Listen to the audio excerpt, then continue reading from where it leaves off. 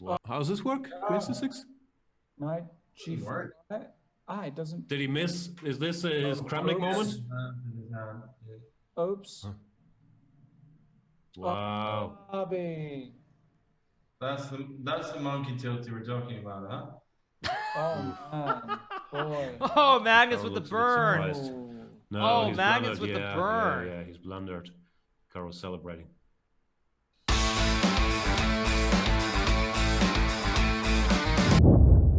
All right, chat. So let's look at the game. So winner's point of view. Let's look at game one. Nice sweater. Where can I buy the same? You probably have to go to Peru and buy an alpaca sweater. My mom bought this for me many, many years ago. So, all right, chat. Without further ado, let's look at the game. So e4, e5, knight f3, knight to c6 is what I played here. Bishop c4, bishop c5, castles, knight f6, d3, d6. We play the Italian opening. Whoa! Thank you to ChessBay94 for the 20 gifted subs. Mom's lucky sweater. Yeah, well, I wore it yesterday when I played against Maxime. I wore it. I won the match. So you know what? Why not wear it again today? Why not? Why not just chill? So lucky sweater, c3, h6 is what I played. It's actually quite warm. I'm starting to sweat just a touch. So it is quite a comfy sweater. So h6. Rook e1, castles, h3, a5. Now this line I've had many times. Knight b2 is the main line, which is what Fabiano played in game 3 with the white pieces. In this game, he deviated with d4. So thank you to Ann Crow for the 100 bits. Thank you so much. Did I salvage that exchange blunder?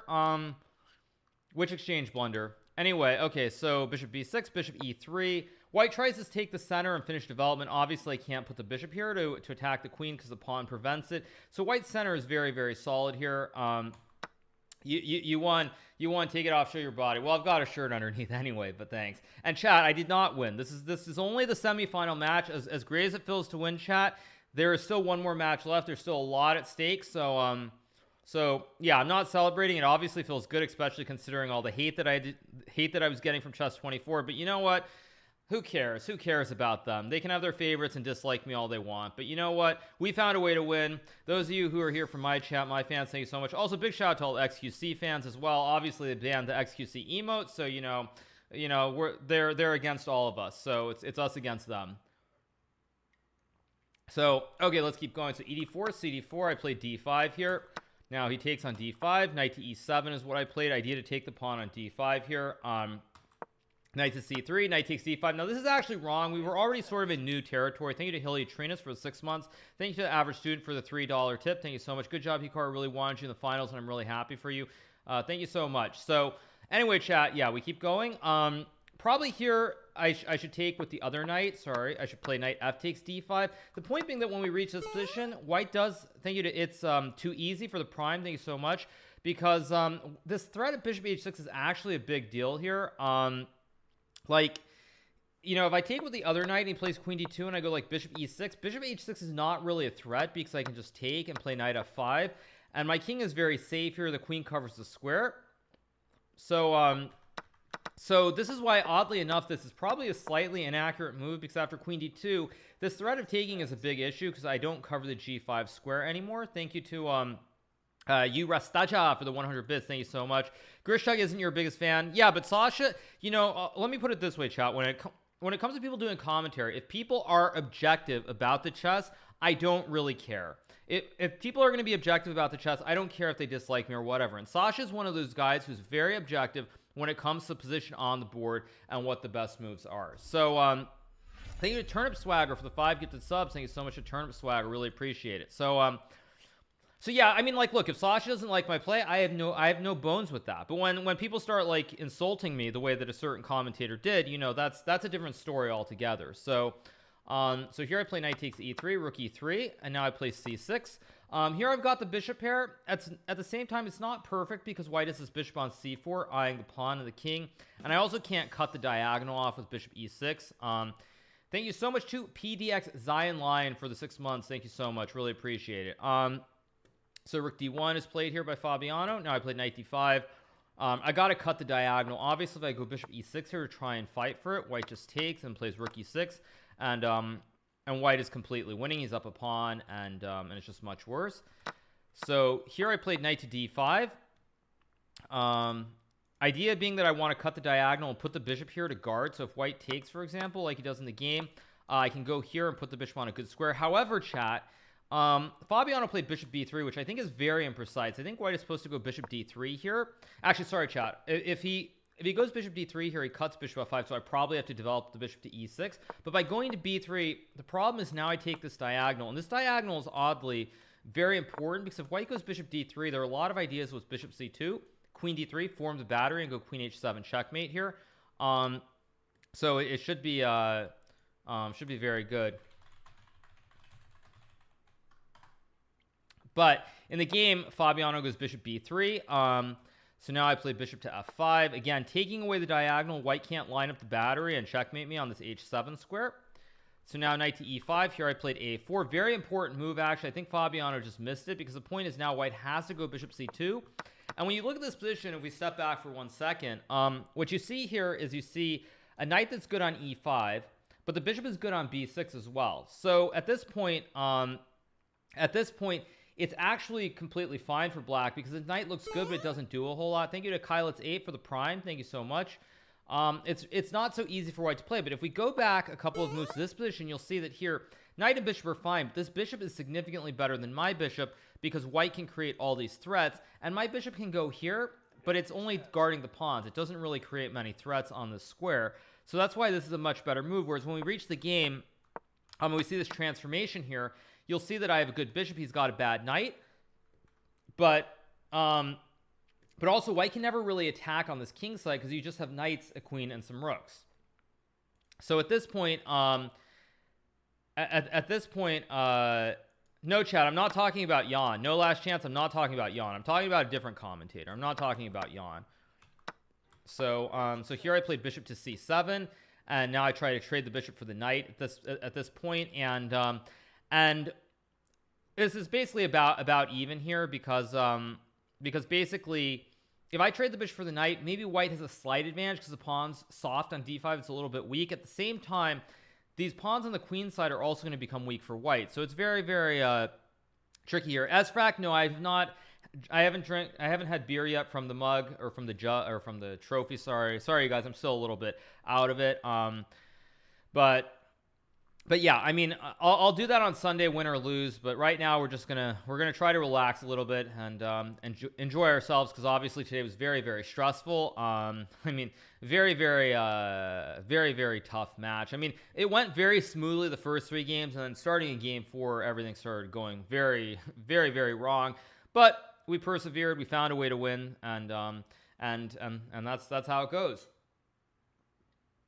So, all right, chat. So let's keep going. So rook to e1. Now I trade the bishop for the knight. Again, white can argue he's got the e-file.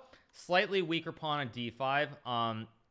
But this is probably okay for black. As we see, the engine says zeros already. So here I played queen d6.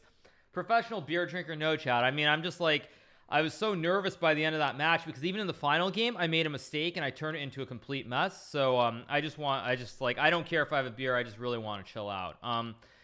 Would you say sorry to Fabi because I cheesed him? I mean, Fabiano played a great match. After basically, I would say Fabiano, honestly, he played like he was asleep mostly for the first 3 games. But starting in game 4, he started playing really, really well. And he played great even in the Blitz games. He blundered at the end of game 1. But even game 2, he still put up great resistance. So I had nothing but complimentary things to say about Fabiano. Because even though I felt that he didn't play great in the first 3 games, in game 4 he played great. And he played great in the Blitz games. So all the kudos in the world to Fabiano for finding a way to get back in the match. So here, Fabiano plays a3. Again, I don't know. Queen c5 is maybe a move, although I think after takes in d4, again, there's going to be some liquidation of these central pawns, and eventually you assume it's going to be a draw here, but not so clear. Thank you to Reconquestio for the 100 bits. Thank you for the 100 bits. How's my heart rate? I don't know. I probably was like on the brink of dying, but whatever, chat. Found a way to win, and that's all that matters. You get the W, and you move on. So yeah, so here Fabiano plays a3. Now I want queen c6. Fabiano goes queen d1, and now I played rook e8. Very important move, by the way, because I can take the c file, but again, I have some weaknesses that I have to deal with. I've got the pawn on a4, and I have the pawn on d5, and it's a little bit hard to take advantage of the c file long term. So rook e8 is just a very, very nice move, simply to exchange some rooks off the board. The less rooks on the board, the less of an advantage this e-file is, and the weaknesses are, because with less pieces, the more drawish it becomes. Obviously, I can't win this game, but at this point, I'm simplifying a little bit, and it should just be a draw. So rook e3, now I take, he takes with the pawn. Only way to try and win, if white goes rook e5, everything draws here. Rook e8 draws, rook c8 probably draws. Everything is drawing here for black, basically. So takes, rook e8, queen d2 here. Here I played rook to c8. Congrats on the 4K on Twitch. Thank you so much. Appreciate it. Thank you to Yoko N for the 100 bits. Thank you to Richter Fry for the 420. Congrats on the win. Super excited. Hopefully see you versus Mag in the finals. Thank you so much. Thank you to Willie Winkett for the 100 bits. Thank you for the win and enjoyment. Warlord, thank you. Thank you to Brief and Brutal for the prime as well. Thank you to everybody. Really appreciate it. I do not live in Hawaii, chat, but if I did live in Hawaii, I would probably live on the island of Kauai because it's the only island that's relatively speaking affordable anymore, and the tourists haven't basically run all over it. So I would live in Kauai if I had to live in Hawaii.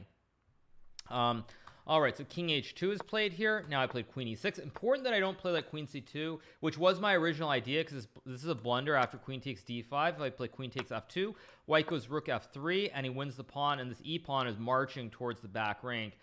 This is probably losing for black. Maui is a great island, of course, but Maui is extremely expensive. Extremely expensive.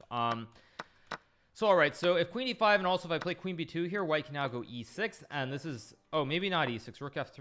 Rook f3 is better. Again, you look at the cut. I'm cut from going queen b3. If I go rook f8, white just goes e6. Thank you to Bad Bishops for the $10 tip. Way to hang on for the W. Good luck on Sunday. Thank you so much. And here, white's just completely winning. If I take, he takes with check, and then my king has to move, and I lose the rook. And I don't really have any better moves here either, so at this point, I think it's just winning for white. Chicken on 6 says, I got banned from chess 24. I mean, you know, it is what it is. Anyway, let's keep going. So here I played queen e6. Idea to put the queen in front of this pawn and play rook f4, queen d3. Now I go rook c4, cutting off f4, so this pawn and e5 is a little bit weak. So now Fabiano goes rook e2. Here I go b5, now he goes b3, and probably around here it might be slightly better for me. But what I decided here is, you know what, this is game one. Most of the days I've felt that I've started out very slowly. Like I've been somewhat asleep, honestly. I've been somewhat asleep at the start of the matches, so I really wanted to kind of like be very solid and be very stable at the start of the match. So that was my goal really.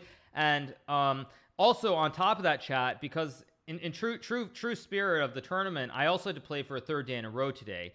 And Magnus gets a day off, so there is that too. Considering that there was nothing in the regulations saying that I had to play a third day in a row, but you know, I had to play a third day in a row today. So when you have to play 3 days in a row, obviously it starts to take a toll on you. So again, I want to just be very, very solid at the start of the day and just and be very, very chill.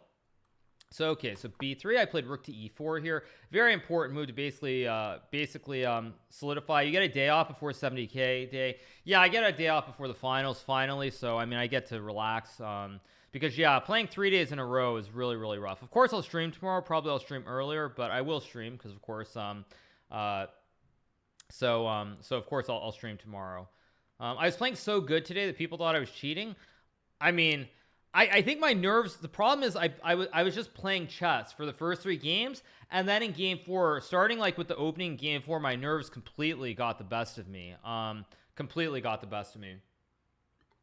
And also, chat, just to be clear, in regards to that topic, we all have I moved out of my room already, but we all have a camcorder, which we use to record. So yeah.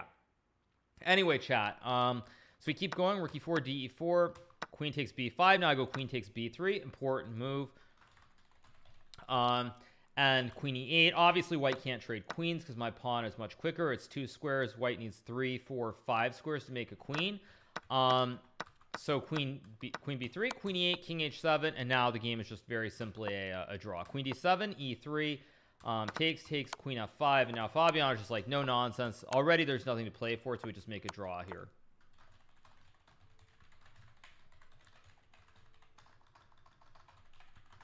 So yeah, so this first game was very, very dry, very, very happy. So this is just a very, very pleasant way to start, because as I said on Chess 24 when I did the post-match interview, Fabiano is probably the player who finds a way to create the most problems. Maybe not problems, maybe that's the wrong word, but he's the guy who comes up with the most original ideas in the openings against his opponents. Thank you to Average Student for the $3 tip. Thank you so much. Really appreciate it. So basically, like, where was I? What was I saying? I was saying something about Fabiano, right? So I was saying Fabiano tends to pose problems. He finds very interesting ideas. Like the way that he played H4 in our first match was very, very creative. It's not Fabiano, it's Rustam. Okay, same difference. But yeah, so Fabiano generally finds the most creative ways, and you don't get easy draws with black. So to get this relatively painless draw, I mean, it was probably a little bit dicey for about 3 moves here in the middle. I would say right around here, bishop d3 was the big miss. After I got a4 in, I think there was no risk. So basically for about 3 moves, I was in a little bit of trouble. Thank you to Phantom 13 for the prime. Thank you for the 6 months. So he won versus Caruana. Yes, Capra. We brought it home, boys. We won the semifinal. So yeah, we've got one more match on Sunday, the finals, which I will be playing in against Magnus or Ding Loren. They play tomorrow, of course. So yeah, so we'll see what happens. But you know, long way to go. Obviously, you know, I've made it to the finals. So regardless of what happens in the finals, I would say that it's going to be a success either way. But you know, again, still a long way to go. And yeah, we'll see what happens, chat. So okay, so this game was very pain-free. 3 moves, a little bit dicey, but otherwise very smooth. So I was very happy with this first game. So let's move on to game 2. This game also was very, very tense because in this game I probably was winning at some point. So I decided here to play the Exchange Slav, an opening that generally Exchange Slav, which is generally considered a very dry opening, very few chances to win with white. At the same time, it does tend to lead towards 2 results, like white can win or it's going to be a draw. So for that reason I felt it was a good practical choice. So we keep going. Knight h5 here, and actually here I think bishop g5 is actually a good move. I played bishop e5. I really wasn't sure what was going on. It felt like maybe this is some home cooking for Fabiano with g5, and I wasn't really sure. Like if I go bishop g3 takes an h5, maybe I was a little bit worried that something bad was going to happen on my king side here. So I was a little bit worried. Was I trying to play high variance? No, because if I'm trying to play high variance, I don't think it makes sense against Fabiano because I held the first game easily with black. So it's a best of 4. So that means he's already burned 1 bullet. He burned 1 bullet. So already you figure I've got 2 whites, 1 black. So that's already odds are in my favor. So there's no point to playing high variance with the white pieces at this point. So we keep going. So thank you to Signif 2712 for the 3 months. Thank you so much. I got banned on Chess24 for asking them to ban a guy who wrote a racist word. Again, chat, I'm not really going to comment super closely on that because I didn't see any of it, but you know, obviously it feels, the one thing I will say about it is it feels to me that a lot of what's going on is not in the spirit of Twitch, in the spirit and the nature of Twitch. That's the only thing that I'm going to say on that. You know, it's like, it's just, it is what it is, but whatever. So okay, so bishop e5, f6. And again, chat, the one other thing I'll say on that topic is at the end of the day, the goal should always be, thank you to AltmanPH for the 200 bits. The goal should be to promote chess, to popularize chess. I don't really care if XQC is not a great chess player. He's a very big streamer on Twitch. He's a big personality. Like if that's going to help promote chess and make chess bigger, then you know what? You shouldn't be timing out and banning people for using the emotes. That's all that I'm going to say. Plain and simple. But of course, in our chess world, we seem to have this nature that like, okay, so chess people thinks he's terrible at chess. Okay, big deal. If it popularizes chess and it brings more people to chess, that is, at the end of the day, the only thing that should matter. So let's keep going. So knight g3, hg3 here. Knight c4 played, so now I played a3 to hit the bishop on b4. Bishop takes c3, and now I played b takes c3.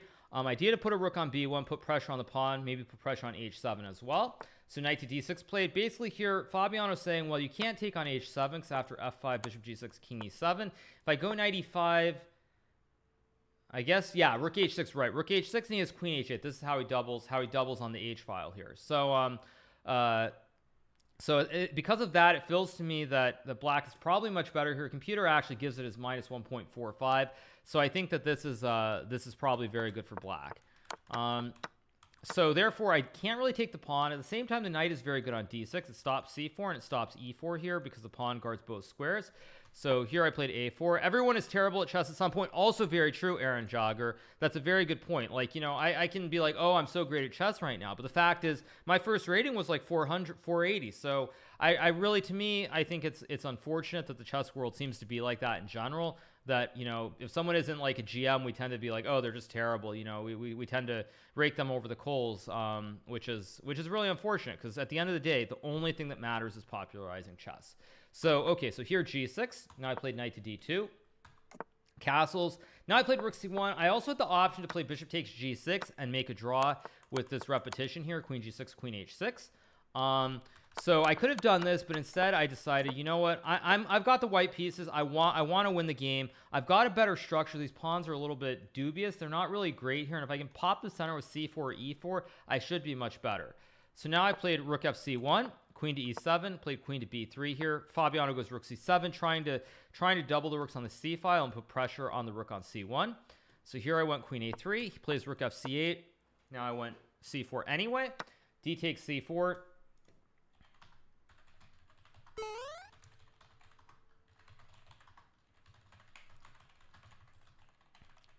D takes c4. Now, unfortunately here, I actually miscalculated this line because, thank you to Devastating for the Twitch Prime. Thank you so much. Because at this point, originally my idea on in this position was to go knight takes c4 because I have the pin on the queen and the knight. But unfortunately here, black can play this very annoying move, bishop takes a4. And now after knight d6, we swap all the rooks on c1. He takes, I go queen c8. And after king g7, queen b7, queen d7, the computer is going to give white well, maybe it doesn't give it a big advantage. But at this point, I mean, white is maybe slightly better, but with even material, double pawns on the g file, realistically, this is going to peter out into a draw. So I decided, you know what? I'm not going to do this. So I decided to go rook c4 instead. He goes bishop c6, rook c5. And already at this point, I was a little bit unhappy with what I had done because I felt that if black plays a move like f5, I wasn't really sure if I'm getting a lot of play on the c file here or I'm not getting play. I just wasn't 100% sure. So he goes b6 instead, which I think is wrong because after rook c3, what happens is that I play on the queen side and I create a weakness here on b6. Thank you to JWK Tiger for the 15 months. Now, this is an important concept in chess, you guys. So right now, these pawns are very good. He's got a 2-on-1 majority on the queen side, but if I can chop one pawn, then he has one pawn, which is nowhere near as strong, and it's going to be a long-term weakness. So that's why this is a very deep concept, but basically he's got the 2-on-1, but if I can chop one set of pawns off, then it's going to be probably just clearly better for white. So bishop e7, trade and go bishop f1 here. Now he goes queen d7. I like bishop f1. The idea is after a5, I think black can play like queen c3 maybe. And again, if queens come off the board, all these endgames are going to be drawn. Plain and simple, nothing is going on. So I decided to go bishop f1. Now there's a very sneaky idea. If queen c3, I play queen takes d6. If queen takes a1, now I have queen takes e6. And look at all these pawns. Everything is collapsing. If king g7, I go queen e7 check, and now I collect the bishop. If king h8, this is probably queen f7 is one way. There are many different ways to be winning here, but basically black's king is too open. My king is safer than a baby what's it with baby with a pillow or no baby with a comforter. I don't know what the word is or what I'm looking for, but the king is super safe on g1 here. Yeah. So what's with the beer? I'm just having a beer because I'm literally like I'm trying to chill out and relax, chat. So I just got to take the edge off a little bit. Not nice, Lethal Destiny. That's not cool. Okay, so queen d7 is what Fabiano played. Now I go a5, and as I said before, I'm able to turn this from a 2-on-1 on the queen side into a 1-on-0. Thank you to Sari DeWitt for the prime. And when it's only one pawn, there are a lot of weaknesses. Yes, this is a blue moon. It's a blue moon, Belgian white. So all right, so bishop d5. Now I trade, and as I said before, after queen b4, look at this. Now the pawn on b6 is super weak, and it's not a 2-on-1 here. So this is why it's very important to hack one set, to trade one set of pawns off when it's a 2-on-1. Thank you to Tenny94 for the 500 bits. Japanese love their beer. There is some other Japanese beer that I had that's really good. It's like $11. It's like super expensive. It's something with an H, I think. Chat probably knows what it is. I forget what it's like. It's like $10 or $11, but it's really, really good. It's like Hitachino, exactly, Jono. Hitachino, exactly, chat. But I can't find that easily. So haven't had that for a while. Chess24 did a poll asking what's on my ceiling. Where's my phone? I don't have my phone. I'll take a picture of my ceiling and you guys can see the ugly ceiling. So queen b4, b5, rook a6, rook d8 again, trying to put pressure on the defender of the pawn. And at this point, I think technically speaking in a classical game, white should probably win here. Because if you look at these pieces, they're bad. The king is very open. My king, as I said before, is extremely safe here on g1. This is a weakness. All these threats on the 6th rank. So here, queen a5, rook b8. Picture of XQC on the ceiling. Exactly, chat. So I guess the computer says queen c5 is very strong here. I mean, I guess I was worried about bishop b7, and I didn't see the follow-through. But I guess rook b6, bishop d5, and... It's hard to judge here because the other problem with this whole game that we had is that all these endgames are probably drawn. So if we reach some endgame like this, you'll see white has an extra pawn here, but one of the pawns is a double G pawn. So in fact, technically speaking, this probably is a draw with correct play just because of the double pawns, and also the fact that if bishop and the knight ever get traded, it's a draw. So any endgame here, except for a bishop against knight endgame, is going to be a theoretical draw where with correct play, black can draw the game. And obviously Fabiano is one of the most resourceful defenders. Telemon says, yeah, of course, but he could have made 70K on shorting Tesla this morning. Well, it's funny, Telemon, because another big streamer friend of mine, Byron Bernstein, also known as Rekval on Twitch, he said that he shorted $50,000 worth, or he sold 50K worth of Tesla calls before earnings, and he thought he was like dead in the water. And then of course Einhorn went insane yesterday and like railed all over Tesla. So I think Byron made some good coin on it. But anyway, okay, so no, I could have. I mean, but I made a sacrifice to the gods. I bet on Amazon, and I lost on Amazon, but I won the match. So I made a sacrifice to the gods, and it paid off. So here I played queen b4, rook d8, played knight to b3. I look like I hate that beer. No, I like Blue Moon. Bishop takes b3, queen b3, rook c8, queen b4. Yeah, I made a sacrifice. I made a sacrifice to the stock market gods, and in return, I won the match. Thank you, Greasy Goose, for this sub with Prime. Thank you so much. But yeah, so anyway, I'm joking, chat. But so this position is always very good for white, but it's very hard to win this because I've got a great bishop, but I can never trade the bishop for the knight. I can never really trade the rooks. I can't trade the queen, so I have to somehow win this pawn or win this pawn on e6, and I have to do it without trading off any of the queens, the rooks, or the bishops. So I go bishop e2. Idea to try and tickle him, poke him, and create some weaknesses in the center here. King g7. Sometimes I should explain stock market to kids like me. Well, actually, chat, if you want me to give you guys an idea, I haven't looked closely at it yet, and I don't know where it's at, but I was actually taking a look at Western Digital this morning because I saw it was off like 14% on earnings. It's down to 39. Oddly enough, I think Western Digital is a company that the one time I did an interview for Chess24 I mentioned. So that's a stock that I'm looking at maybe because I think the 52-week high is somewhere like 70 and it's at like 40. So I'm looking very closely at it. I'll do some research later after the stream to take a look and see why exactly it's off so much and whether it's a good investment again. But it's something that I noticed this morning. So it's one of the few stocks I'll be looking at. So all right, chat. So I played bishop g4. He went f5. Again, I'm threatening to win the pawn, so I go bishop e2, h5. I play rook a1. Knight d6 is the stock market taking time bomb. I don't know, chat. I think it's going to go one way or the other. We're either S&P is going to go to 3K, or we're probably going to go down. I mean, down maybe 100, 150 points from here. So rook b1, queen c7. Again, this is the problem with the position. If I try to trade the bishop on b5 here, I think. Well, first of all, I mean, you can just play rook b8, but even an endgame like this is still very good for white. But even this is very hard to win here. So so for that reason, I mean, I played rook a1, queen b6, and now I've just started dancing around the board. And finally, I go f3. It's a little bit weakening. I want to play e4 to remove the knight from d6 and the defense of the pawn on b5. At the same time, the king can kind of become open, as we'll see in the game, because after I go e4, there are always these ideas with h4 now, and the king on h2 is very, very loose here. So knight c4, and now here I make the blunder of the century. I'm very lucky that I'm not losing here, actually, on the spot, because when Fabiano played knight c4, I was looking at two moves, queen b5 or e5 here. These were the two moves that I was looking at. We'll watch the Hans video later. I've not watched it yet. I specifically saved it for the stream. So, okay, so here knight c4. Now, e5 is the best move. I played queen b5. And basically, I spent all my time calculating this h4 line. And it was very critical and very unclear. But then Fabiano had knight a3. And as soon as he played knight a3, I was like, oh, man, what did I just do? Because I had been pressing the whole game. And I was just a little bit better. And to blunder like this, I thought, oh, it's like, oh, man, I'm just lost. Very fortunately for me, I have queen b3. And now I can take on f5. Without this, I would have lost the game. Well, the reason that I didn't see it was because I was so focused on him playing h4 because of the threats against the king on h2. And it's actually not trivial. Like, even the computer, it's saying takes in like king h1. I mean, and it's very sketchy because your king is very bad here on h1. So, so that's why I spent all my time and I just missed knight a3. But luckily for me, I can take on f5. And now black has to take on f5. If he goes like knight to c3, I assume queen e6, king f8. And just check. Queen f7, check, and queen f6. King e8. I think after fg6, white might even be winning here.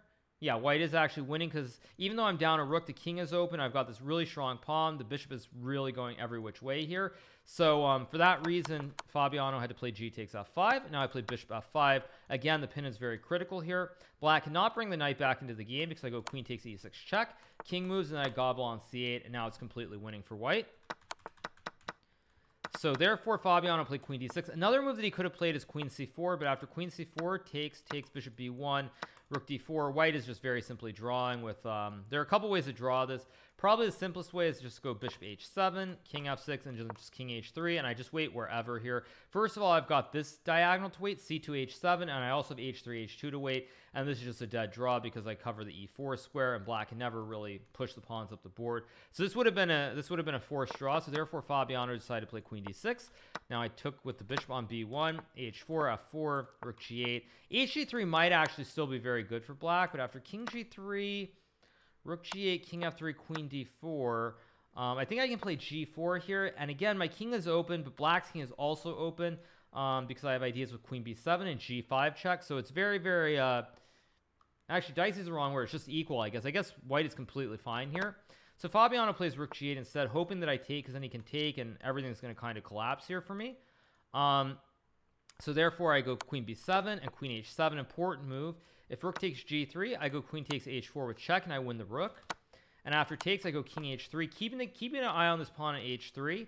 And now after queen f8, it's just a very simple draw with queen h4, king f7, check. And we do the box dance. I mean, all the checks just check, check, and check.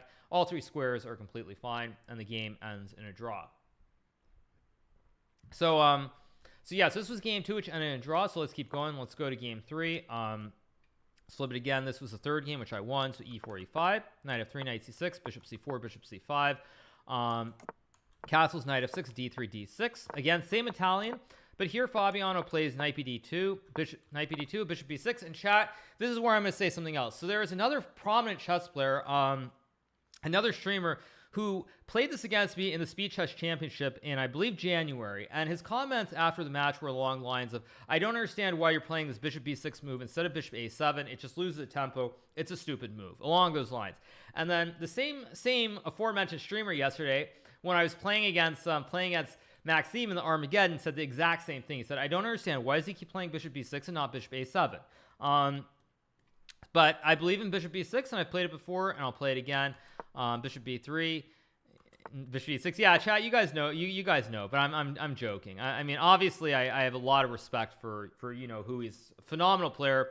One of the best classical players. I'm actually rooting for him to win the candidates, honestly, because I like his style the most. I mean, out of the people there. Whoa, thank you to CW55CW for the 20 gifted subs. Thank you so much to CW55CW for the 20. But I'm a huge fan of Jan, but to me, it's a little bit odd that he says this because we played it in the match and he couldn't prove it. Maxime couldn't prove it yesterday. So so it's a little bit odd to me that Jan seems to think it's just a bad move, but of course he's entitled to his opinion. I'm sure eventually I'll lose the game somewhere and I can eat my words, obviously, but thus far it's been very nice position. I've gotten very nice positions. So Fabiano does this weird line with bishop a4, basically wasting a tempo, which I don't understand. I played 98% accuracy. What?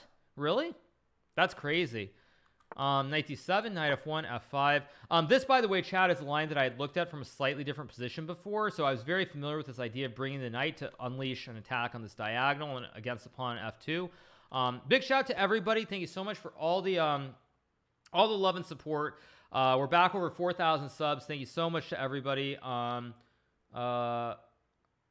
don't know why the number reverted. Anyway, I don't know what's going on with Stream Elements, but of course we've been having a lot of issues with Stream Elements, Twitch, the internet, of course, is overloaded. But yeah, thanks again to everybody for the 4,000 subs. Really appreciate it. Thank you so much. It really means a lot to me that you guys love the stream, that you like me competing, even if today was a complete complete disaster. So thank you to everybody. I really appreciate it. So thank you so much. All right, so e5, bishop f5, important. I mean, rook f5 is also a move, but I thought if I go rook f5, d4, there are issues with the bishop because of the pin. There are issues with d5. Also, he can hit the rook on f5 with the bishop or the knight. So bishop f5 seems correct. Thank you to Hacktron for the sub with Prime. Thank you so much. So now he goes d4. Big shout out to Zero Divisor KSA as well. Thank you so much for all the support this past month. I really appreciate it. Thank you so much. So now we trade. I go knight f6, and this is kind of a very tricky position here because essentially the structure long term with the 4v3 here should favor black. At the same time, if white can create threats on the king side, his 3v2 over here might be relevant. But objectively, I think the structure here is easier for black to play. So here I go bishop h7. And now Fabiano goes bishop b3. Actually, during the game, I was quite concerned about this knight e2 move, the idea being knight f4, knight e6 to fork my queen and rook. And I was going to go knight h5, but I still wasn't so sure if there wasn't something here for white. I mean, I guess the computer thinks it's fine, but I was a little bit worried. I was kind of worried that in this position there would be some issues. So yeah. Anyway, he went bishop b3, king h8, a3. A3 also logical moves that prevents knight b4. For example, if I can get, let's just say you play this move, I get knight b4. This is really, really good for black because the knight has access to both d5 and d3. There's a4. You have to be careful not to let knight c2 happen with the fork as well. So therefore, a3 is logical, but I think it's a little bit slow because even though you stop knight b4, I can access a square from e7 instead. So bishop e6, I play c6. Logical move, just open up the diagonal long term potentially, but also just solidify my control over this d5 square as well here. So he goes bishop d2. I couldn't knight f d5. a4, very weird move. This move I did not understand at all by Fabiano. Again, I felt that Fabiano was, I don't know if he was tired or what was with him, but he didn't have the he wasn't crisp. There was no pop to his game for the first three. There was no pop to his game in this round for the first three matches that we played because Fabiano really he has that oomph with white. Like he brings the crisp play. Like he's got that crisp play, and he just didn't seem to have it in the first three games. So I don't know. I don't know if he was just tired or just having an off day. But it seemed to me that Fabiano, he was just missing that crispness that he normally has. So he played a4. Now I go knight b4. Actually, when I say crispness, I'm like rubbing my hands like I want to eat some potato crisps. So a b4, queen b3. Now I want bishop a5 here. Rook e3. Yes, chat. Those of you who are wondering, in the civilized world of Queen Victoria, you call them crisps. They're not chips. They're not potato chips. They're crisps.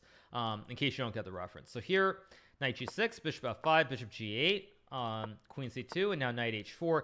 And as I discussed on the broadcast with the Chess24 folks after the game, it's very clear that in this position, what Fabiano missed. So let's step back for a second. Let's put it this way. Sasha criticized bishop a5. Yes. So chat, this is okay. I'll give you my analysis here. So I really wanted to play knight g6 here, but I didn't see what was going on after queen g4, queen b4, bishop a5, queen b7, bishop e1, rook e1. I mean, maybe this is just really good. I've got knight h4 again. Thinking of Mermaid for the tier 1. I've got knight h4 here again. I didn't see knight h4, and I was worried here that basically white has a rook and two pawns. He's got a knight and two pawns for the rook. My structure is a little bit weak, and I wasn't sure if I'm actually better here. Apparently I am because I can just go knight f4. But I wasn't sure, and that's why I played bishop a5, which I think actually in retrospect is a big mistake. I should have been like, as they say in all the Nike. Oh wait, no, this is what I saw. It was this. Sorry, queen b4 here. My bad. This is a line that actually I was unsure of. Like here takes and rook e1, and I had knight h4 anyway.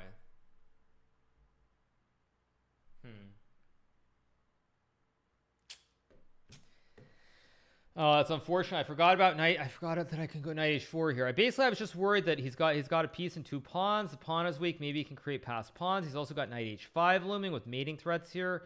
So I was just I should have seen this.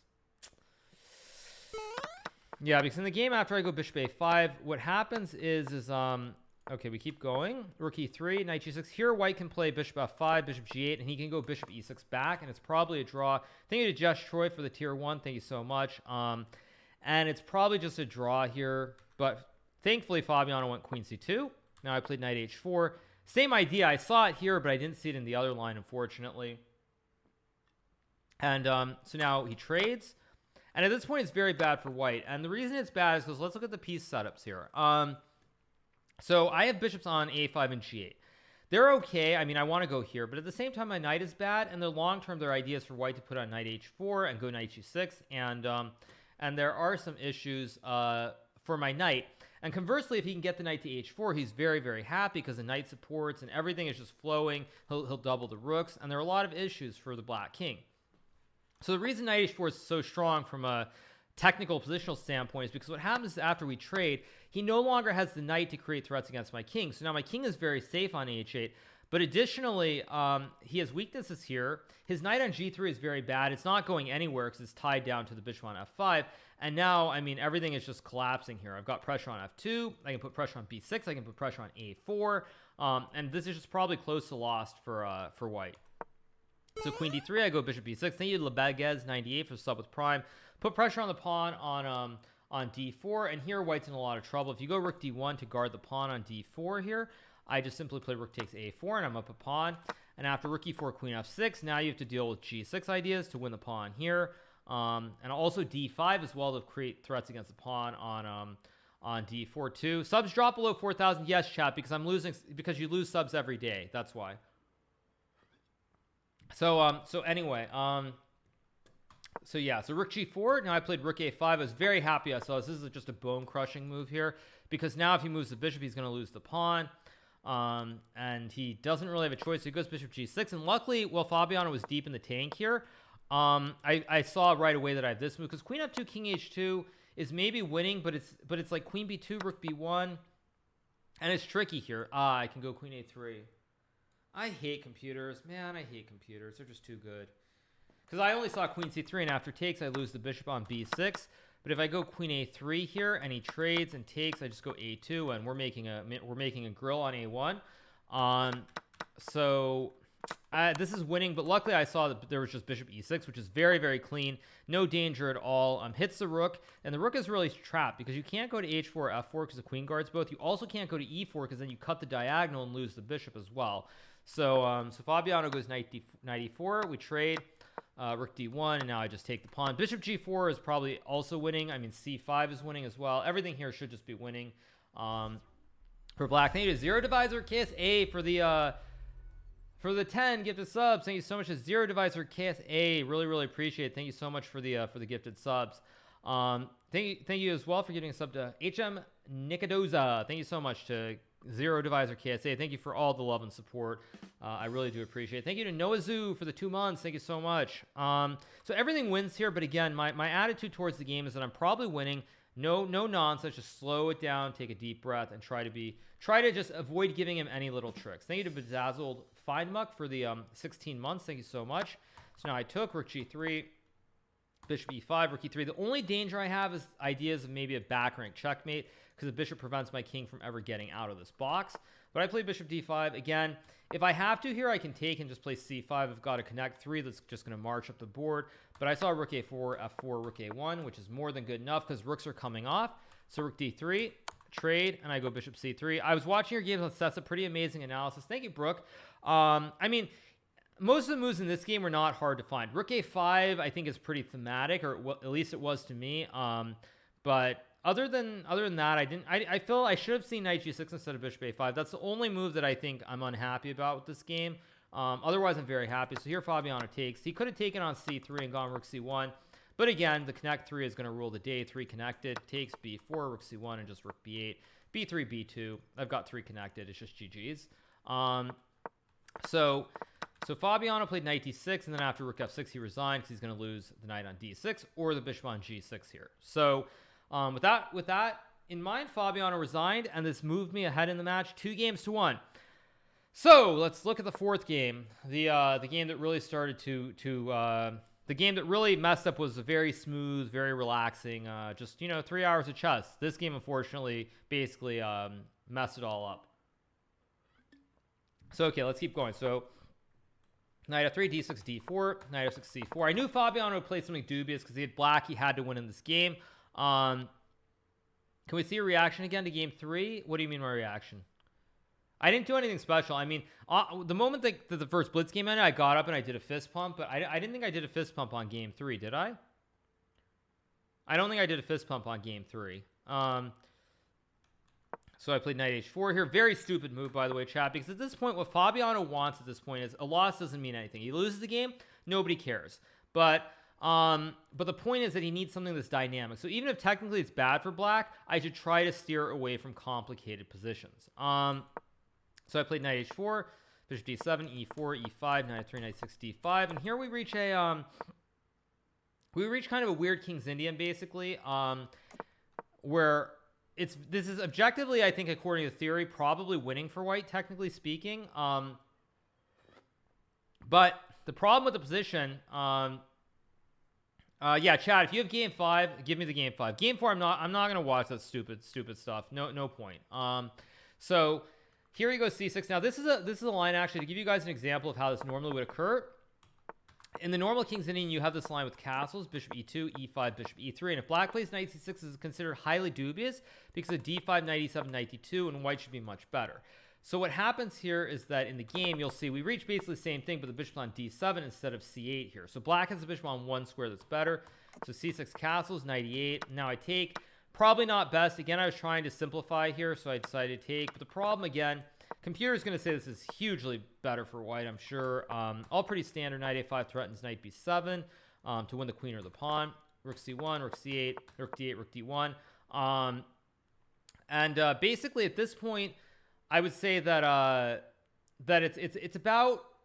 It should be winning for white with correct play, but it's a very messy position where black's going to get a king side attack. So even if black is going to lose on the queen side, he has one idea in mind. Thank you to Kirby1111 for the 2 months. Thank you so much. Whereas I kind of have to figure out, am I playing c5? Am I going b5? What am I doing? And unfortunately, in this game, basically I started using way too much time around here. The fist bump was at the rook blunder, not the end of the third game. No, because the third game was very short. The game was only like 12 to 13 minutes, I think. So. It was the Blitz game that I did the fist pump. So all right, so bishop d3, f4, knight d5 here, knight d5, c d5. Idea to put the knight on c6 and go a4, a5, b6. Now he plays g5, knight c6, rook e8, king h1. Yeah, well, Chad, if you want to know why I was so distraught and so disappointed, it's because honestly, I felt like I'd given it my all. I felt like I had nothing left in the tank. After this fourth game, I really felt like I had nothing left in the tank. So that's why to have to start over from scratch after I felt like I'd given it everything and I had nothing left was just really, really tough. But fortunately for me, I've been playing Blitz chess since I was probably 9 years old. So it's in my blood, and I was able to pull it together. So okay, g4, bishop h4, king h8 here. Now bishop e2, again, very stupid move, I think. I mean, all of this is very stupid, probably. Here I should have just gone a4, a5 immediately, but I did this for some reason. Bishop e2, bishop g6, and now queen e1 is still okay, knight h7. Here I make the idiot. Here's where, if I play one move, there's nothing there. I'm sure that I would not have had any danger if I'd gone rook c4. And I even saw this rook c4 move with the idea of going rook a4, but more importantly, it guards the pawn. And the reason this is so important is because in the game, after knight g5, I can't take and take because e4 hangs. So what rook c4 does is it prevents black from going knight g5 because now I take, and the rook guards the pawn. But additionally, I have the threats with rook a4 to win the pawn at a7. Thank you to Sir Jordy for the sub with Prime. Thank you so much. So I was very upset at myself because I saw rook c4, and then I went, then he goes knight g5, and already at this point I'm starting to lose my mind. Apparently I can just go a5 here, and I'm just winning still. Thank you to Bazarov Turk for the prime. Thank you so much. Queen F1 is a ridiculous move. We all know that, chat. But basically, well, the problem is I can't. If I go Bishop D3, it does the same thing, and now F3 is super soft as well. So it's very, very tricky here. And after Knight G5, I just basically panicked. Again, I don't even know what's going on here. This is a move that I considered, but I just felt like somehow this is probably going to be winning for black. Maybe I play the King's Indian too much as black. But it felt incredibly dangerous, and I was very worried about this. So that's why I played Queen F1, which is a ridiculous move. Bishop F6, and now it gets very dicey. Now already I think I have to be very, very careful here. I did not blunder Knight E4. I saw Knight E4, but I thought I have to just go all in here and try to create counterplay on the queen side. That's why I played A5 here. Queen F2 is probably okay as well, according to the computer. But again, it's very, very hard to know what's going on here, because is this really quick enough, or I'm just going to get absolutely wrecked on G2? And I think the computer might change. I bet if with the concept of Horizon here, it's gonna change its mind as I let it sit. So I'm gonna let it sit for a second while I have another sip of beer, and we'll see whether the eval changes.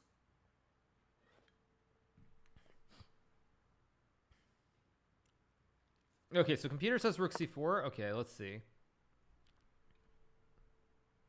Let's see if I'm right here. I bet the evaluation is going to keep going down over time.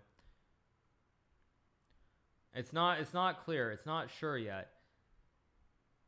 Okay, Rook G7. That makes sense. Double the rooks. Let's see. Am I better than Stockfish still? Or am I too old now that I don't know anything? Let's see. Let's see. Let it get to depth 30? Okay. Let's see. Let's see. Okay. It still doesn't have Horizon, I don't think. So let's say A5. Let's see. Come on, come on. Prove me right one time in my life. Prove that I'm better than a computer one time. 0.36, okay. Minus 0.49. Let's wait for it. Wait for it. Okay, it says G3. Wait for it. Wait for it. I bet this is going to turn to like -2. Let's see. Let's watch, chat. Let's watch this. Let's watch. Why did it say why is it saying +2? It said minus 0.49. Why is it changing its mind now? Is there something that's missing? I'm confused. Didn't it say minus 0.5 a second ago? 1 second, let's see. Very tricky, very tricky. Thank you to Showersock for the sub with Prime. Okay, now it's trolling. But anyway, chat, this is the point though. This is very unclear. It's very tricky. So there's a concept involving computers, chat, which is called Horizon. What that means is that there's a very straightforward idea that a human will see, but a computer, because it's doing a brute force method where it calculates every single move, it doesn't see everything right away. So therefore, I mean, I guess let's see. I still think it's smoking something. I think this is probably good for black. Let's see. I want to see what it gets down to. Let's see. Let's see. Let's see if I'm right, chat. I still think it's wrong, I bet. Because it should be saying +3 if this is winning for white. It should be saying +3. Okay, why is it? Okay, now it's jumping. Let's keep going. Thank you to Michael for the tier 1. Thank you so much. Let's see though. Come on. Come on, baby. Prove me right. You can do it. You can do it. Okay, I don't really know what's going on here. I mean, chat, you tell me if you want me to go back to analysis or just let this get to depth 23, 24 and keep going. I've got no depth because, well, it's a chess.com engine. Okay, 0.76. Let it go to depth 30. Okay, let's see. Let's see. Let's see what. Let it go deeper. Okay, let's see, chat. Let's see what we get here. Thank you to Chess with Steve for the 2 months. Thank you so much. 0.72. Okay. Okay, but knight h3 is the only move anyway, so let's keep going. Let's see. Okay.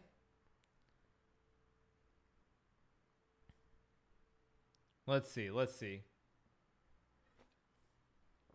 Depth 24 is saying 1.4. I wonder if it's right here. I still feel like this is very dangerous for white. I'm not convinced at all if this is winning. So now it's saying GH3 is winning. Oh, it's going to come down. Is it going to come down? Still saying 1.15. Let's see. Like it's not clear, but this is the engine on the website. Anyway, chat, it's not clear. If it's saying +1, that means there's definitely a lot of counterplay for black here.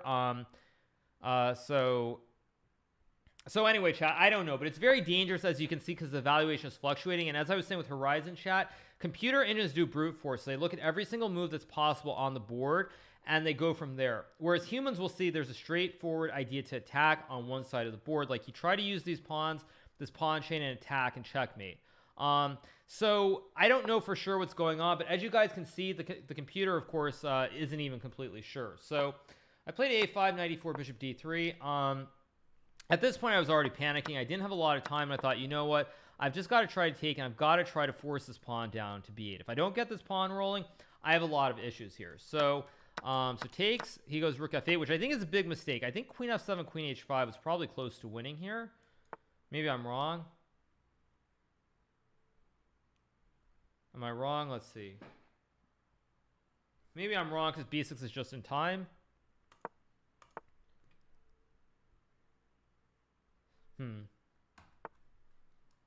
Queen h5. Okay, I'm wrong. So it doesn't work. So he plays rook f8. I go b6 again. Try to force this pawn through. It's really the only hope I have. Takes queen b7, and now here rook a1, rook a8. This is where I think I had something maybe. Takes, yeah, and I go rook b1. Oh, rook b1 is completely fine here. I knew that I was still okay here, but the problem is after queen b5, f3, which apparently is okay too, maybe, is that it's very tricky to play here. Rook a7 does not work. Actually, it's worth noting black can't take the pawn because rook b1, queen c7, rook a7 wins the queen. And after rook a8 takes queen b5. The problem is after f3, it's very hard because I don't want to go g3. But once I go g3, there are all these long-term issues with the queen f7, f2, queen f3 check combined with a sack. I should have seen rook b1 because it's pretty obvious. Guard the pawn. Queen can never move. You also cut f3. I mean, oh, this is disappointing. Oh, this is very disappointing. If I had done this, I would not have lost. If I had played rook b1, I would not have lost this game.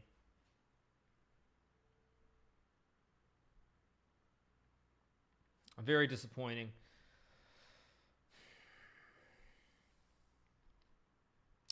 So I played queen b5, now he goes f3, and now, of course, everything gets very messy because at this point, I don't want to take. I mean, if I take, I assume he takes, and there are all kinds of mate threats. Queen g7, rook g8, g2, or queen g1.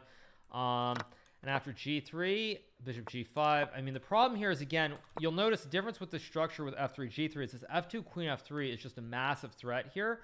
And it's very hard to play against. So b7, rook b8 I played. Now I want rook f1. Actually, I think I go rook b1 here. Oh, no, rook b1 doesn't work, so he just goes h5, h4, and he's completely winning. I'll show this line a little bit in a different order shortly. So rook f1, queen a6, queen g6. Very good move. Maybe here I had something. h3? What?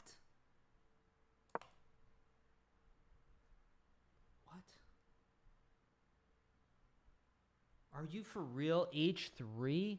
What? I mean, okay, I should just quit chess. This is ridiculous. h3. Oh my god, h3. So bad. Just so bad. No, I mean h3. Yeah, h3 is like very thematic. Somehow I just didn't think about it. Another move that I could have played, and it's fine. Sasha talked about it. Yes, of course Sasha saw it. Sasha's the beast. Queen d3, h5. Now the problem here is that basically black wants to go h4. So let's just say I play some random moves. Problem is if black gets the trade, he has queen h3 and he's getting a checkmate on g2, lobster pincer. So yeah, I mean, for some reason I just didn't think about h3. Oh, that's so gross. That's really disappointing. Yeah, so now h5, I played h4. I think at this point it's already hard. h4 is an only move. Now he takes and goes queen f6, and I wasn't sure if this was losing. He took, I thought queen f4 might be winning on the spot here. It is. Yeah, queen f4 is winning, whereas if he goes queen f4, I don't know what I do, because if I go queen c2, then he goes g3, and the two pawns are hugely powerful here. So he goes queen h4, queen d2, king g6, and now here I don't know if I had something. I went knight c4, and then he goes back, and then here I didn't go knight a5 again, because after knight a5 I think just g3 wins. And the problem here is that basically I can't move my queen up, because if I go here, he goes here, and he threatens a checkmate like rook f3 check, g2 and g1. And if I try to come back, well, I mean, there are many ways to win, but I think just f2, king g2, and rook f8. Yeah, rook f8 is cleanest with the idea of queen h2 checkmate again. So it's completely winning. And I saw this when Fabiano did, and probably I should have called his bluff and just gone back. But queen b2 is what I want to play, but actually h4 is a big problem here, and it's just completely lost because after queen b6, actually, chat, one thing that's worth noting is if black goes g3 like in the other line, it doesn't work, so I go knight d2. And now I hit the pawn of f2, king g2, queen h4. I have knight f3, and now I solidify the whole king side here, and I'm winning. So here he has to go h4, and now I go queen b6, and I think just h3 is just winning, and it's completely insane because in this position, if queen d6, I think he just trades and goes king g5, and like he's just gonna go king f4 g3, and with 3 connected pawns, like he doesn't care that his rook is dead here. His king is just marching, and this is completely winning for black with the 3 connected here. Just everything's coming right up the board. So yeah, it's brutal, absolutely brutal. But I still should have found it. Instead I played knight e3, queen f4, and at this point it's all gone. Queen f2, queen e4, and now I mean basically nothing I can do. Knight has no squares even to jump in with, so it's just lost. So I go to rook e1, knight g2, queen d4, and here I lost. Because basically if I trade queens, takes, knight h4, just king g5, and the knight is lost. King covers every square.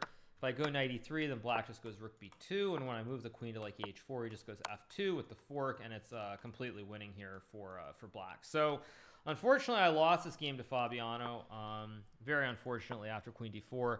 And this meant that we tied the match was tied 2-2, and we went on to play Blitz 5 minutes with 3-second increment. Yeah, let's not talk about the reaction shot. Obviously, as I said before, I felt like I'd given my all. I didn't feel like I had anything left in the tank at this point, honestly, after game 4. But as I said earlier, you know, I've played Blitz shots my whole life, so you know, all those years of playing Blitz, found a way to find some special energy and some magic when I needed it. So let's keep going. Let's go to the first Blitz game. Okay, so let's flip the board. So this was the same thing, more Italian opening. c3, I played h6, rook e1, h3, a5, bishop e6. Fabiano played knight f1 this time, knight e7, knight g3, bishop e6, pretty traditionally standard trade, knight g6. And here white tries to argue that the center is good, that he can push whichever way he wants to. Of course I was happy, chat, because I felt that I had the match won after the third game, and then I messed it up. So then to have to like start all over from scratch, and not only from scratch, but I messed this game up too. So bishop e3, a4, try to take some space, maybe play bishop a5, maybe a3. Queen c2, queen e8, important because if I play just a normal move, white goes to e5 here, and now I'm going to lose material. So I played queen e8. When the tank is empty, but the warlord marches on. Thank you. So d5, e5. I think e5 is a very bad move objectively here. I think bishop d2 is good. I also thought he could maybe even just take and play like bishop d2 here. Oh, not here. Like queen e4 maybe? Yeah, like queen e4. I thought this was also maybe good. I've got a weak pawn. I've got a nice outpost, but I thought white could be doing well here. So after e5, knight e7, black is probably much better because well, let me look it up. Let me see if I can find the game. There's another game that we played in the Italian. Let's see if I can find the game. St. Louis Blitz. Let's see if I can find it. Is it in chess games? Maybe it's here. Let me see if I can find it. That's not it. No, I can't find it right off chat, but there was a game that I played against Fabiano. Let's just say something similar to this. Where it was something very similar, but I didn't have this a4, a3. So what happened in the game is when we compare the lines, like we compared this position, this position after knight d7, you'll see that I've got the pawn at a4. In a previous game that I played against Fabiano in St. Louis, I didn't have the pawn at a4, so he was able to play a3, b4, and get a clamp on the c5 square, whereas here, because the pawn's in a4, white can never clamp down on c5, and if I break the c5, break with c5, I'm almost always going to be doing well here. So knight d2, bishop a5. Rook c1. Now I go c5, of course, very thematic. And I'm already, at this point, I'm up a minute on the clock. And I'm just coasting. I should be coasting to victory. But sure enough, I found a way to make a complete mess out of this. I went knight c6. He goes b4. We trade bishop c7. Fabiano blunders with knight d4. And here, of course, bishop takes g3. I think it's just winning on the spot. Rook f1. Rook f1, rook a3, and it's just game over. Thank you to Mr. Nozar for the tier 1. And I actually saw this as soon as I played bishop e5. I was like, it's like, oh my gosh, it just takes in rook f1 and you're winning. But I did this and it's still very good after rook a5. Pawns are split. They're both weaknesses. I've got a knight's bishop as well. So now he goes knight c6 and rook a2. And now I played queen e7. Putting more pressure on the pawn on c5. I've got a great pawn structure as well. Rook c1, rook a8, attack the pawn on a3, a4, bishop f6, rook a3. Now I go e5, even better. Again, this pawn, all these pawns are really, really weak here. And this should be, yeah, I was very happy here. I was up a minute and a half on the clock. And I was doing very well. Knight g3, queen e6. I think e4 is, yeah, e4 or queen e6, e4 makes sense. Now, Fabiano played queen g6, and this is where I had a complete meltdown. I played d4 here, which is just absolutely the worst possible move to play in the position. What I should have done here is probably just play queen f7, offer a queen trade, queen g4, and then just e4, followed by knight e5, knight c4, knight d3, and black is just doing very, very well here. Yeah, this is just great for black. But instead I played d4, and I completely forgot that Fabiano could play bishop d2. The only move I saw was bishop h6 because I can't take with the pin, but I have knight f8, removing the queen from the g-file, and I just win the bishop, and with it I win the game. But of course, like a complete idiot, I did not see that bishop d2 was playable, and after bishop d2, trade knight e4, it's very, very hard for black to play this. Black might still be better, but even though black's up a pawn, this knight is a golden god on e4. It can never be removed. This is an incredible, incredible outpost. And at this point, it's anyone's game here after knight f8, queen g3, because white can take the b file. Knight is never getting removed. I can't use the extra pawn to create any attacking chances. So at this point, it's already, I think, I mean, black isn't losing, but the thing is, white's moves are very easy because he's got the knight, he's got the bishop. He just takes the file and then looks for tactics. So he goes rook b1. I play rook a7, strange move, queen d3. I guess the idea behind this move for me was to stop him from coming to the 7th. King g8, of course not queen f5 here because the knight takes f6, and if I take, I just lose the queen. If I move the king, he can just, I mean, just go knight e4, and he's up a piece. So I go king g8, rook b8. Now already, I mean, this pin is very annoying. All his pieces are really, really well placed. So here I played bishop e7, try to avoid a trade, keep an eye on the pawn, so at least the knight can't jump around without losing the pawn on c5. So he goes queen f3. So now I go queen f7. Try and basically just stabilize queen e6, king h7, which already, the problem is if I go queen f7, I think white can take. Oh, I just go king h7, and I'm winning. Rook e7, queen e7, and I'm just winning here. I saw this idea with bishop h6, and I was very concerned. Thank you to Tom and Ross for the 11 months. Thank you so much. But I guess it's better. So king h7, rook b8. Now I just go back with queen g6. And now Fabiano plays rook c8. Now, the real question here is, does knight f6 work? During the game, and this is why it's good to know what your opponents are doing on the Zoom call chat, is that I saw knight f6 here, but I specifically did my absolute best to not show that I saw the tactic at this point in the game, because you can see your opponent's face on Zoom. And I specifically made sure that I didn't show anything, because there are a couple of ideas here. There's knight g5, first one, but then I take rook h8, king h8, queen g6, and this actually loses because now I have a rook in two pieces, queen e8, king h7, rook guards a knight. I have a rook, bishop, and knight for the queen. And so I saw that, but then I realized, well, I was thinking that he had knight f6 here. And after knight f6, I think it's, again, anyone's game. Knight f6 is best. Not g takes f6, because then there's rook h8 check. And if king g7, rook g8 check, and I have to take, and he's going to win the queen on g6. So I have to take this way check and queen g6. And I mean, I guess the computer says black is fine here, but as a human, when you've blundered the queen here, and you also can't play this because of takes, which would remove the defender of the knight, it's just, I don't know. Computer says it's fine. As a human, I think I probably would have lost my mind and just lost the game, and with it the match. So I was very happy when he played rook c8. And then I played knight f8. Very important move. Basically, just like rook c6 is a big threat. So let's say I just play, I don't know, a normal move like rook b7. Rook takes c6. If queen c6, white is knight f6. Double check. King can't go to g8. or g6, of course. So I have to go here, and then white has queen h7, which is just checkmate. So the threat is very real. And now I played knight f8 here, basically stopping this idea and, again, just putting my pieces on squares where they defend each other, essentially.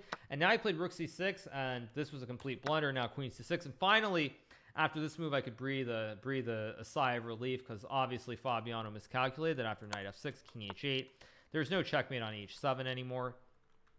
And he played knight g5, king h8, a few more moves, and finally after bishop c5, Fabiano resigned. Just down a rook. I had a minute. He had maybe 20 seconds. So with that, I won the first Blitz game, and this was truly huge. Without this first win, I don't know what would have happened in game 2. Even a draw, I'm not sure what would have happened. But this win really,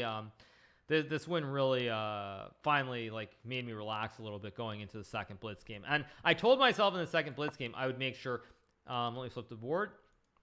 I told myself in the second Blitz game I would not at any cost let this game get out of control. So knight f3, d6, d4, knight f6, e3, g6, b3. Those of you in chat, there are a lot of you who have watched my stream. This is one of my patented openings that I play a lot on chess.com. Okay, chat, where's the video? Somebody has the video of me fist pumping after game 5. Somebody's got it, surely. Thank you to Anger Elbow for the 4 months. Congrats on the win. Still no mention of the lobster in the interview. No, I'll do that in an interview with Maurice. Who's got the link? Someone in chat must have a clip of it. Who's got the clip of when Fabiano blundered rook takes c6?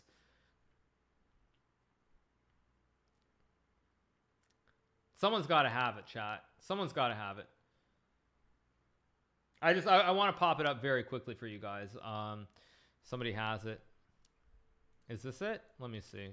No, that's not it. That's Rick Astley. Very funny, trying to troll me. Okay, Fabi blunders. Okay, here we go. Let's see. Is this correct? Why is it not showing? Sorry, let me put it here. Oh, here we go. Okay, who cares? Well, how does this work? Queen c6? Knight g4. It doesn't. Did he miss? Is this his Kramnik moment? Oops. Huh. Wow. Bobby. That's the monkey tilt you were talking about, huh? Oh man, boy. Oh, Magnus Hikaru with the looks a bit burn. surprised. Ooh. No, Oh, he's Magnus blundered. with the Yeah, burn. Yeah, he's blundered. Hikaru's celebrating. Oh, Magnus with the burn. Yeah, nice. How does this work? One more time, Queen chat. c6? One more time. One more time. Knight g4. It doesn't. Did he miss? Is this his Kramnik moment? Oops. Huh. Wow. Bobby. That's the monkey tilt you were talking about, huh? Oh Oof. man. Oh, Boy. man. And Hikaru looks a bit surprised. Ooh. No, he's blundered. Yeah, he's blundered. Hikaru's celebrating. Wow. Oof. Wow, chat. That's awesome.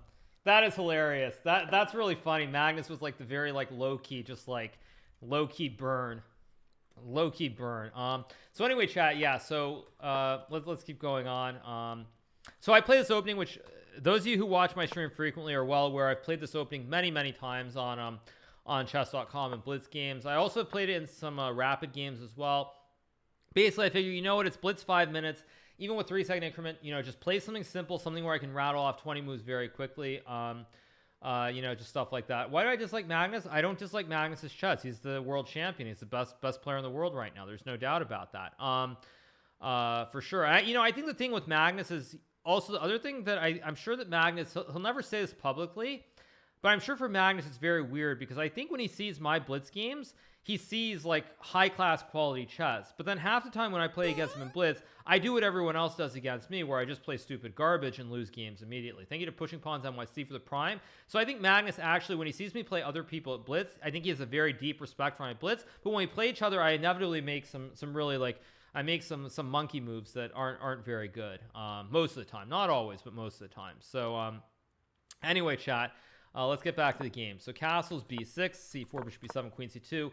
This position I've also had probably 20 times at least. I think I've played this online against Jan Christoph Duda, the talented Dutch player, a few times. So I think I've had this against Duda. I think I've played this against a few other people. I think I might have had this against Topalov in a Grand Chess Tour event as well. So yeah. So I've played this quite a few times.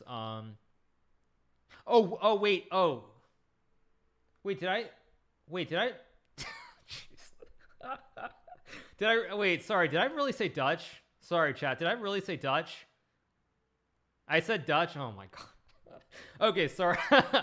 Sorry, chat. It's been a long day. Sorry. Oh my gosh. Sorry. Yeah, I'm referring to the very talented Polish player. I don't know why I said Duda is Dutch. Jeez. Sorry about that, chat. It's just one of those days. It's not beer. I just said Dutch. I don't know why. Yeah. Jan Christoph Dudov. He's obviously a very talented player from the Netherlands. Okay, so knight c3, queen e7. So I played e4 here. Fabiano played e5. Again, I'm pretty sure I've had this position at least like 10 times on chess.com and Blitz games. Rook c8, bishop b5. Even this I think I've had. I don't think I've ever played bishop c6, though. I think I've always just played rook d1 and rook c1 and just standard, standard moves here. So I decided to go bishop c6, and honestly, after the game, I was very unhappy with this decision to play bishop c6 because the problem with this move is not so much that it's a bad move. Objectively, it's fine. But if it's wrong, like if I end up in an endgame like we end up in the game, and I'm wrong about whether this pawn is strong or weak, I could end up just losing. I'm not drunk, chat. I just forgot. So anyway, I was very unhappy because what I should have done here is just go queen e2, c6, takes, and rook d1. We've got a symmetrical pawn structure. And literally it's going to be extremely hard to lose this position. I would have to do something insane to lose this position. So I should have done this because in the game, what I did is fine. But if I'm wrong about this pawn and it's actually a weakness instead of a strength, I could very easily lose this game. So I go a4, idea to play bishop a3 and win the rook on f8, rook e8, takes, rook d1, rook d6. And again, already this pawn is clearly not a strength, it's a weakness because black can attack it. The bishop is kind of boxed temporarily, but he very easily can bring the bishop back around the other diagonal. So I go rook d2, f6, which actually I should have gone rook d5 here, I think, because I forgot that on f6 I couldn't play bishop a3. I thought I could go bishop a3. But after rook d2, I just have to take, and then I lose the bishop on a3, and with it, I lose the game. So I played h4, create some lift for my king, so there are never any back rank threats. Also maybe h5 to play around with these pawns on h7 and g6 here. So bishop h6, rook d5. Again, I don't want to take. If I trade into this, I'm probably much worse, because after like even bishop c1, there's just bishop d3, and now all the pawns are collapsing, and I completely lose the game here. So, yeah, h4 is a hard move. I don't know what I'm supposed to play, honestly. Maybe g3 or h3. I just wasn't sure. So I played h4. Rook d5, he takes. Now queen d6. If e4 here, I think I'm still okay after knight d4, e3, knight e6. And now the diagonal is open for the bishop. I can line up a battery. The knight is really strong. It keeps a nice eye on c7. And if I ever win the pawn, the c pawn is going all the way up the board. Sasha said h3. Yeah. I mean, I think h3, h4... I think it's fielder's choice which move you want to play. I thought h4 was reasonable. I don't think it makes a difference. Objectively, it looks wrong just because black can probably put something on the light squares, but I think it's a little bit slow as well. So he goes queen d6, queen e4, bishop c8, and now apparently b4, and I'm winning? What? Okay, I evidently don't understand anything about chess. I don't know. Why is b4 so good for white? I'm really confused. I played h5, bishop f5, queen c4. Again, just try to play the position. Maybe knight h4, put pressure on the bishop if I can. These pawns are a little bit soft here. So Fabiano goes bishop f8, which I think is the final mistake here, because after knight h4, black can never really win anymore because he can't keep the bishops on the board. If you go bishop b1 here, then I can just play bishop to a3. Thank you to Levy below 927 for the tier 1. Queen a3, d6. King moves, I guess, g7, and now I just take the pawn. And again, this pawn can't be stopped because the knight guards the f5 square and the queen guards the check. So this would have been completely winning. So he goes queen c5. I takes. Now here, this should just be winning for me. How did I make... For some reason, I went king f1. If I just go g3 here, g3, king g7, bishop c1, and I never have any risk in this position. So... This was a big miss because after king f1, king g7, I end up in the same position, but after f4, I'm actually going to end up losing some pawns. So I went g3 here. Fabiano goes king h6, takes king h5. And already white is the one who has to be careful because even though I've got the pawns on light squares, which the bishop can never attack, he does get an outside pawn that can run up the board. So he can distract my king and then try to bring his king all the way in and gobble everything here on the queen side. So I go king g2. King G4 takes, F3, important move, bishop D2. Again, trying to play A5 and swap some pawns here if I can. He goes A5, bishop E3, bishop E6. Now, unfortunately here, C5 does not work because then black takes and he plays E4, takes, and he goes takes, King E5. And black's king is way too quick getting to the corner here, so I can never make a queen with the A pawn. So I played, wait, F4 where? Takes and F4 wasn't winning, takes where? Takes where? Takes and F4 wasn't winning on what move, chat? Oh, you mean like what? You mean like here? Queen C5 or not? I mean, it's the same thing. If takes and bishop F1, bishop C1, again, he goes F4. Or actually, no, here he goes King F8 and he runs and he just gobbles right away and I'm just losing the whole house. Apparently King F2 is winning after some move. Oh, okay, let's keep going. Takes. Okay, it still says equal. Where is it winning? I don't understand. Oh, what? King G2 is winning here? What? I don't understand it. King G2, H5? Oh, I have bishop F2, bishop G3. Oh, wow. Oh, wow. Oh, wow. So, chat, this is completely winning because basically here, if black trades, the problem in all these endgames, let's say we trade the bishops, is that in this position, black can never bring the king forward to win the pawn. Because if you come forward, then I go D6, takes, and I make a queen. If you try to play B5 to rip away the structure, I just take and I just come up. Because, again, you can't run this way because it's the same problem. I go B6, takes, and C7, C8, and I make another queen. So this is completely winning. But I saw F4 was good enough for a draw here. Black can never really take. Because if black takes, I just take and go D6 again. King G6, King G4, force him forward. And now here, we basically just wait some moves. And finally, Fabiano decides, you know what, I just have to take. But unfortunately for Fabiano, this endgame is just a draw. Even though black queens with check, I go here. Obviously not King H3. That would allow Queen H1 checkmate. So King H5. And now here, he just checks me all over the board. At this point, I didn't even care. I'm sure I could have been more precise, bringing the king to like F7 and F6 or something. But it's like, you know what? At this point, nobody cares. Just make the draw. No nonsense, just make the draw. So here I check and I go C7. Check, King F7. Just bring the king closer and make another queen here on C8. Again, chat, just make a draw is the motto. Because a draw is the same as a win. After King C6, Fabiano resigns in lieu of Queen G2, Queen D5, which of course would force black to trade the queens. And then again, I make another queen. If he goes Queen C3 check, I can hide the king with King B7. Queen F3, King A7, and I make a queen next move. There's no way to put the queen on the 7th even because the queen covers F7. So so therefore, I won the second Blitz game, and with it, I won the match 4-2, thankfully. And so now I move on to playing the finals against either Magnus Carlsen or Ding Liren. Obviously, you know, it's going to be a very interesting match on Sunday, but we move forward, we move ahead. You forget about all the nonsense today, and that's that. 30,000 sandals in the pocket, no chat. Actually, I am guaranteed to make $45,000 now. So when we look at the prize fund, which I just popped up on the screen, I am now guaranteed to make 45,000 sandals if I lose in the final. If I win the final, I will make 70,000 sandals. If I lose, I will make 45,000 sandals. But I'm guaranteed 45 grand. So it's been a big run, you guys. So far so good.